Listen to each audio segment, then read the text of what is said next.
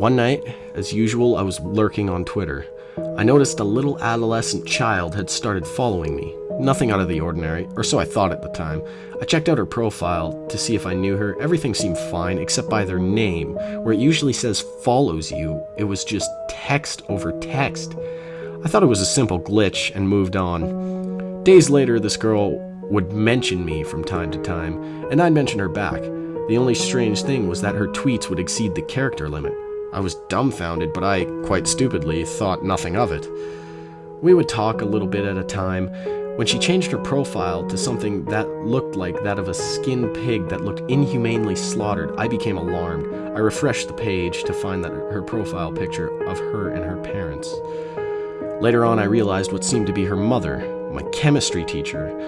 I remember that she had an email address so that her students could email her for assistance with homework and whatnot, and I decided to email her and ask if she knew that her daughter had a Twitter. I waited out what seemed a long 2 hours. What she replied sent chills up my spine. The message read, "Christopher, I don't know if this is a joke or not. It's hard for me to talk about this, but my daughter has been dead for 6 years. There was more, but I'd rather not bore you with details." I was in utter shock at the message, and I wasn't on the computer for the rest of the day. That night, I went back on and saw a notification, and was a mention from the daughter of my teacher.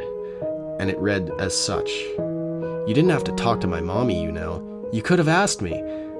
I was in even more shock, and as I refreshed the page, the text upon text kept flooding the screen. I refreshed once more and saw the picture had changed once again, but instead of just the inhumanely skinned pig in the picture, it was her, the little girl, standing there, smiling.